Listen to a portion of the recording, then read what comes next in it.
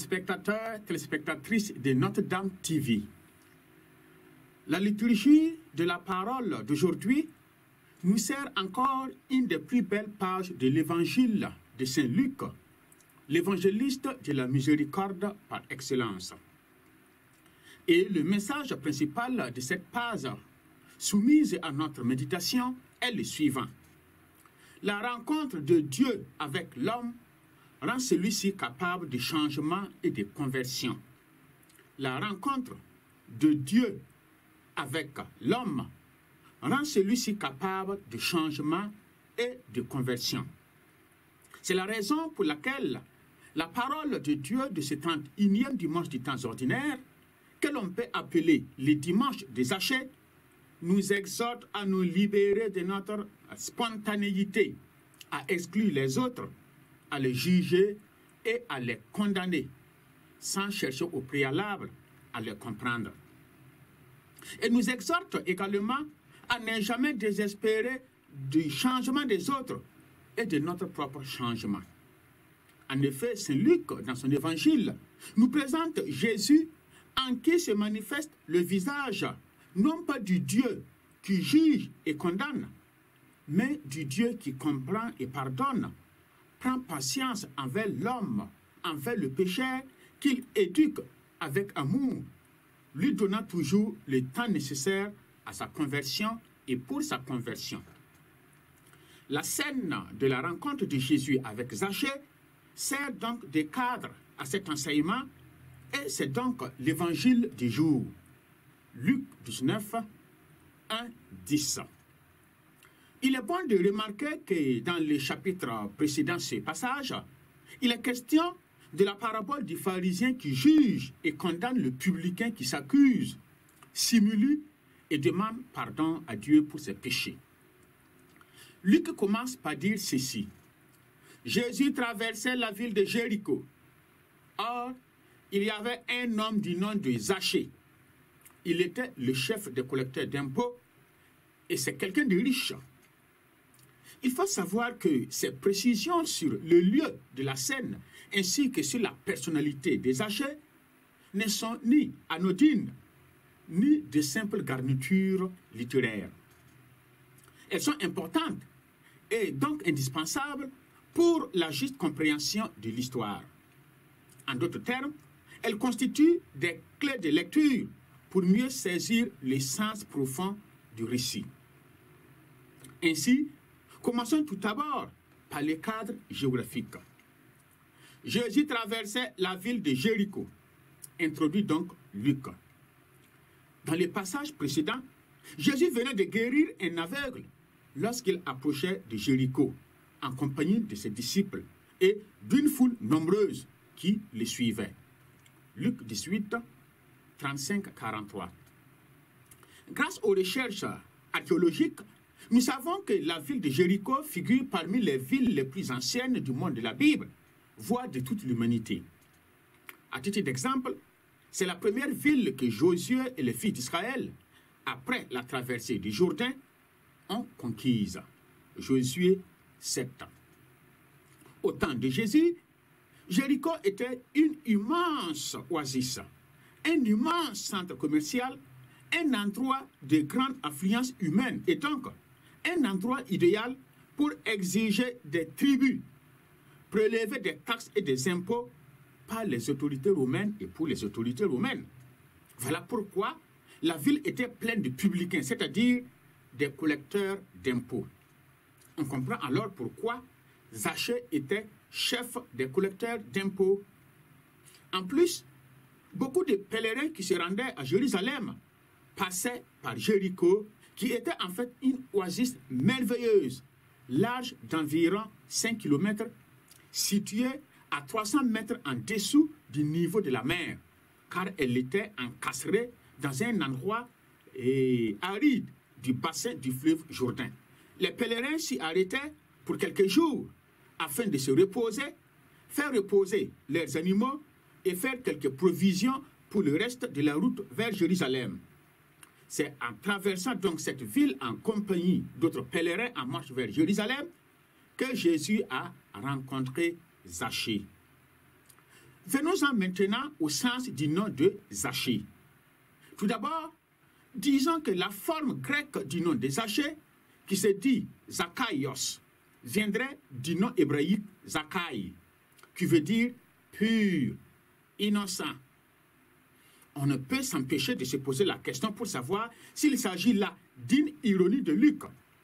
Comment un tel personnage, un publicain, chef de collecteur d'impôts, peut être pur, innocent, non coupable? Tentons d'y répondre. Ainsi, étant donné que la racine du verbe veut dire en hébreu rendre innocent, ou bien déclarer innocent, non coupable, on pourrait comprendre que, après sa rencontre avec Jésus, à qui il a tout confessé, Zachée a été déclaré par Jésus pur, innocent, non coupable. Après sa rencontre avec Jésus, à qui il a tout confessé et avoué, Zachée a été purifié et innocenté par Jésus, puisque Jésus lui-même dira ceci à la fin de l'évangile. Aujourd'hui, le salut est entré dans cette maison. Le nom hébraïque Zachaï, nous l'avons vu, signifie pur, innocent, non coupable, et se réfère toujours à Dieu qui seul est pur, saint. En outre, le nom de Zachée, qui se dit en hébreu Zachaï, peut être aussi l'abréviation, c'est-à-dire le diminutif de Zacharia, c'est-à-dire Zacharie en français, qui veut dire Dieu se souvient. Zacharia en hébreu se dit en français Zacharie et signifie Dieu se souvient. À ce propos, on ne peut pas ne pas penser à Zacharie, eh bien, père du prophète Jean-Baptiste, qui n'avait pas d'enfant parce que sa femme Élisabeth était stérile et avancée en âge. Dieu s'est souvenu de lui et lui a donné un enfant. Zachaï, Zacharia, Zacharie, Dieu se souvient.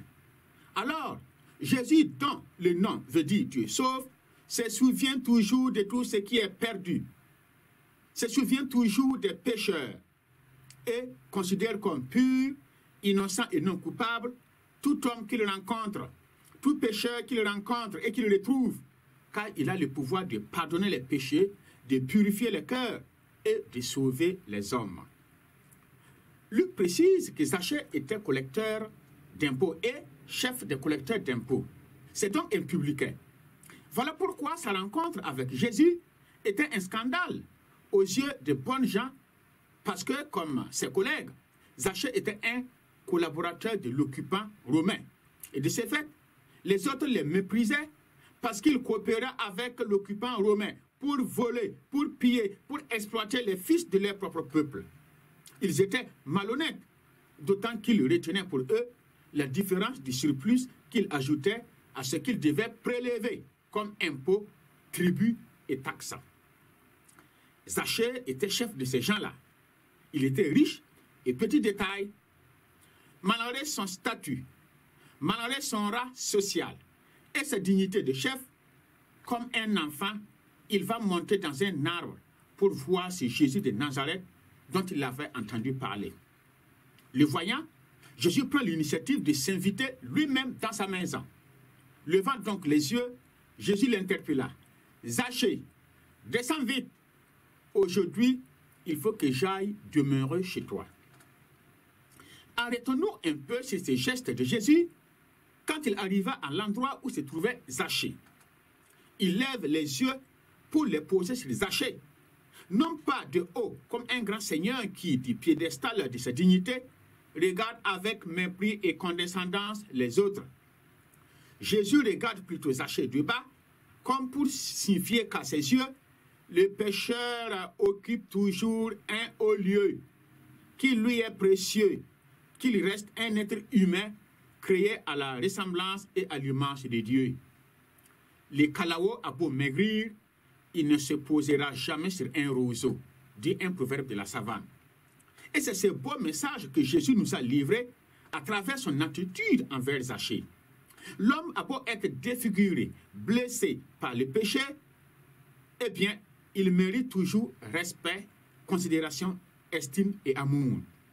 Et c'est justement pour cela que lui, Dieu, qui est plein d'amour et de bonté, s'anéantit en se faisant serviteur pour sauver les pécheurs. Jésus affirme de la sorte la loi de l'amour humble qui se fait le plus petit pour lever les yeux du bas vers Zachée, qui, étant plus petit de taille, se trouve plus haut que lui, tout comme ses disciples, dont il s'est fait serviteur pour laver les pieds. Jésus s'est fait plus petit que tous pour se mettre au service de tous afin d'avoir tous. L'attitude de Jésus n'a pas été sans effet. Zachée s'est converti. Que s'est-il passé? Une simple rencontre qui transforme profondément une vie. Voilà, Seigneur, j'ai fait don aux pauvres de la moitié de mes biens. Et si j'ai fait du tort à quelqu'un, je vais lui rendre 4 fois plus. S'écrie Zachée, devenu ainsi un hébreu fidèle aux préceptes de Dieu et de Moïse. En effet, selon la loi de Moïse, celui qui commet un vol devant le Seigneur doit restituer l'objet volé en y ajoutant un intérêt proportionnel. Mais Zachée est allé au-delà de ce que la loi a prescrit, 4 fois plus au lieu du proportionnel. Voyons les biens dont Zachée est devenu capable en si peu de temps. Mais qu'est-ce que Jésus a bien pu faire de particulier pour Zachée pour qu'il soit capable d'une telle conversion? Apparemment, pas grand-chose. Apparemment, rien. Jésus n'a pas étendu les mains pour chasser des éventuels esprits mauvais qui seraient en lui, les faisant se comporter comme il les faisait. Il ne lui a pas livré un enseignement moral assorti de mise en garde, d'invectives, de malédictions, même pas une parabole, comme il aimait le faire dans des circonstances pareilles. Il ne lui a pas fait non plus des vifs reproches sur sa vie de chef de collecteur d'impôts, voleur malhonnête. Quelque chose qui ne faisait pas partie des habitudes de Jésus. Cependant, notre homme, Zachée, petit de taille, est devenu grand de cœur, grand d'esprit, grande d'âme, tout simplement à cause de la rencontre de celui qui nous rend capables de ce dont nous sommes incapables, celui qui nous rend capables de tout bien, Jésus. Aux foules qui venaient à lui, Jean-Baptiste disait ceci: « Montrez par des actes que vous avez changé d'esprit, de mentalité, et ne vous mettez pas à dire à vous-même, Abraham est notre ancêtre, car je vous déclare que Dieu peut utiliser les pierres que voici pour en faire des descendants d'Abraham. » Luc 3, 8. Aux gens qui murmuraient parce qu'ils étaient rentrés dans la maison de Zachée, Jésus déclara: « Aujourd'hui, le salut est entré dans cette maison, car lui aussi est un fils d'Abraham. » Ainsi, même le cœur le plus dur comme Pierre peut accueillir le Seigneur. Il suffit qu'il soit illuminé pour voir sa propre misère et humble pour implorer la miséricorde de Dieu. En effet, le Fils de l'homme est venu chercher et sauver ce qui est perdu. Termine Jésus en réponse au murmure de ceux qui se croyaient justes et donc plus dignes de le recevoir. Jésus nous invite de cette manière à être miséricordieux comme notre Père Céleste est miséricordieux. Ayant ainsi parlé, Jésus peut maintenant entrer à Jérusalem pour porter à son accomplissement l'œuvre de salut pour laquelle il est venu et dont Zachée a bénéficié par anticipation. Car le salut, qui est impossible pour tous, est déjà donné à quelqu'un à qui il est plus impossible qu'à tous.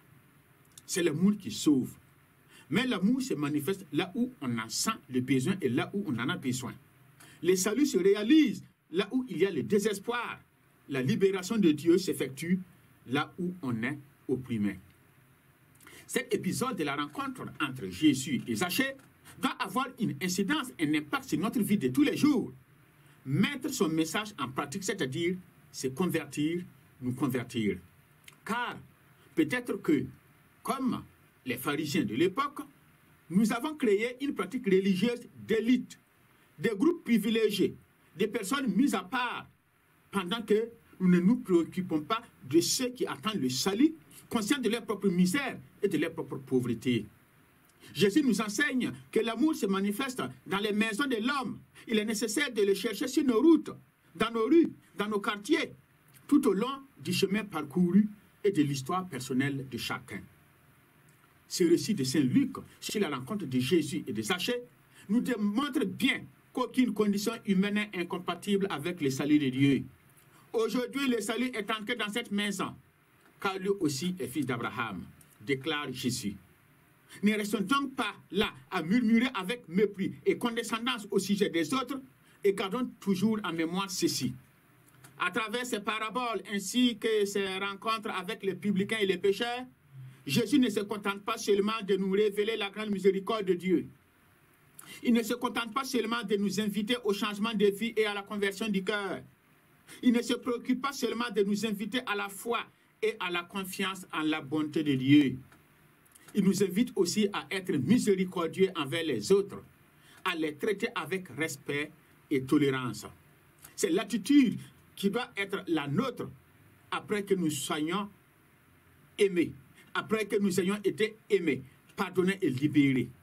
Ainsi, au lieu de murmurer au sujet des autres, au lieu de nous plaindre du comportement des autres, au lieu de passer le temps à critiquer les autres, cherchons à rencontrer Jésus pour changer, afin d'être à notre tour source écho des changements des autres quand ils nous rencontrent ou quand nous les rencontrons. En effet, le signe d'un cœur converti est sa capacité à comprendre les autres, les comprendre pour les aimer pour leur pardonner. C'est ainsi que, aimés et pardonnés par Jésus, nous devenons à notre tour instruments de salut pour les autres, surtout compréhensifs pour les plus faibles qu'ils tombent et qui cherchent notre soutien pour se relever de leur chute.